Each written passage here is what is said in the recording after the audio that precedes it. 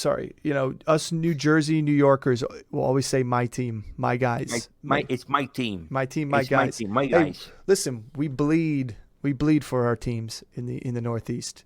But that being I cry said, for mine. yeah, you do. Saquon had a fantastic season last year. Obviously, he missed a whole week 18, so that's a whole game where his point total, he's still finishing standard 6, but it's a whole game's worth of not touching the ball. He was on a fantastic pace. He was 5 carries short of 300. He had 76 targets. I expect somewhere around the same again this year when he comes back. Maybe 275 for rushes, maybe a little bit less, but still being involved in that passing game. I expect him to be a little bit more, turn his targets into receptions a little bit better with Daniel Jones this year. The biggest thing with him is, again, he did it. He almost did it his rookie year with 1,000. He's been in the middle of the pack in the 400, 300s for receiving yards, and he, when in a healthy season, which he's had last year and he had his first 2 seasons, he's going to run for over 1,000 yards. So this man is one of the few guys that you can put the ball in his hands. He's a home run hitter. I mean, there's plenty of wide receivers that can do that. There's not a lot of running backs that can do that. That breaks that run off and is gone down the sideline. He did a couple of them last year, including week 1 against the Titans. And yeah, he got caught by Byard, I believe, on that one. But again, home run hitting ability, big chunk yard plays. He's involved in that game. The offense, as much as people want to say the offense is going to run through Daniel Jones, which what the RPO does, the offense runs through Saquon Barkley, and the locker room does too. And the reason I have him at number 4 is because him and Eckler's another person. When you're talking about a guy that's playing for his livelihood here, if he doesn't get this extension, he's going to come out the door swinging, even if he's on that franchise tag. If he does get his extension, he's going to come out the door swinging to prove to everybody his worth and prove to New York his worth. So I like the dog in this guy.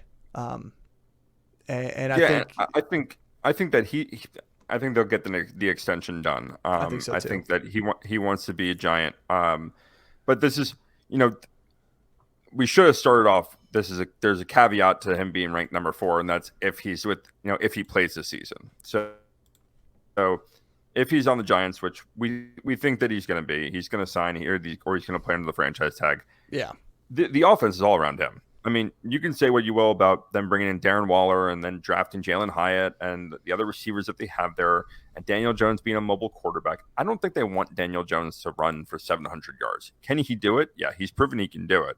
But I don't think they want Daniel Jones running for 700 yards. I think that this offense is going to feature Saquon a lot more, especially he's dynamic as a receiver. And this is what we like about all these guys, minus Chubb, but the McCaffrey and Ecklers, they are really, really good receivers, and they're all mismatches against anyone that's going to match up against them. You put a safety on them, it's a mismatch. You put a linebacker on them, it's a mismatch. It's a mismatch. Yeah. And they use Barkley out of the backfield so effectively. Well, and and the thing is, the moves he make are reminiscent of Barry Sanders. It doesn't matter if he has a guy on him or in front of him making the tackle, he's always making that first guy miss. I don't care what you say. So like it's a play for -2 yards. He'll reverse field and he'll make the first down. That's the beauty of getting somebody like Saquon is this guy is going to scrap together yards out of nothing that not a lot of these people on our list are going to be able to do. There's not, to be honest with you, everybody talks about Bijan Robinson being able to do this. I want to see it in the NFL. Show me in the NFL, because right now what Saquon does, he may be the only person that moves the way he does laterally. I don't know anybody else that you could tell. I mean, talk to me. Do you have anybody on this list? I don't think so. People want to compare him. He played in the Big 12. Bijan played in the Big 12. Right? He's not facing the defenses like that are in the SEC or the Big 10. He's not. Mm-hmm. So people want to compare him to being, Saquon Barkley and Saquon did this in college. Saquon did it against really, really, really good defenses in college. Yeah. And he still he still doesn't look the same running away. Like, yes, I understand the dynamic threat that Bijan can be, and you can move him around. He can be like McCaffrey. He can be like Saquon and Eckler, like in that fashion. But the way he moves is not the same as Saquon. It's really hard for me to put a rookie running back in my top 10 unless they're coming to a team which has the best offensive line in football. And Atlanta's offensive line is not a bad offensive line, but it's not like the Cowboys when Zeke came into the game. When Zeke came in the year before, DeMarco Murray ran for close to 1,900 yards. Yeah, exactly, and had 3 Pro Bowlers on that line. Yep, it's a different situation for Bijan, but we're not talking about Bijan here. We're talking about Saquon. No, he's our number 4. Here's our number 4. Let's